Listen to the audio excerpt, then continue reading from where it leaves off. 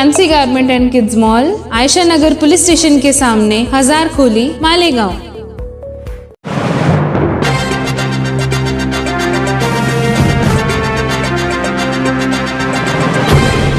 देखते रहिए the prime news Abdul Rahman के साथ। आज़ादी के 76 साल मुकम्मल होने पर पूरे हिंदुस्तान में जश्न आज़ादी बड़े ही जोश व खरोश से मनाई गई। शहर मालेगांव में जहां जनता दल की जानिब से 14 और 15 अगस्त की दरमियानी शब को शहीदों की यादगार किदवाई रोड अशोक स्तंभ के पास जश्न आज़ादी बड़ी धूमधाम से मनाई गई और मालेगांव शहर के उन 7 शहीदों को शहरियान की तरफ से अवामी खराज अकीदत पेश करते हुए सलामी दी गई। वहीं दूसरी तरफ शहर के मशहूर न्यूज चैनल मानव समाचार और मानव विकास फाउंडेशन की जानिब से सलामताबाद चौक में रस्म परचम कुशाई करते हुए कौमी परचम को सलामी दी गई। सुबह 8:45 बजे जमीन के कारोबार से जुड़े पप्पू ताज के हाथों परचम लहराया गया, जिसके बाद शहर के कई बासलाहियत फनकारों ने अपने फन का मुजाहरा करते हुए कई यादगार कौमी गीत गाए। मानव समाचार और मानव विकास फाउंडेशन की जानिब से मुख्तलिफ शोबों में समाजी खिदमत अंजाम देने वाली 5 हस्तियों के खिदमत का एतराफ करते हुए उन्हें मोमेंटो से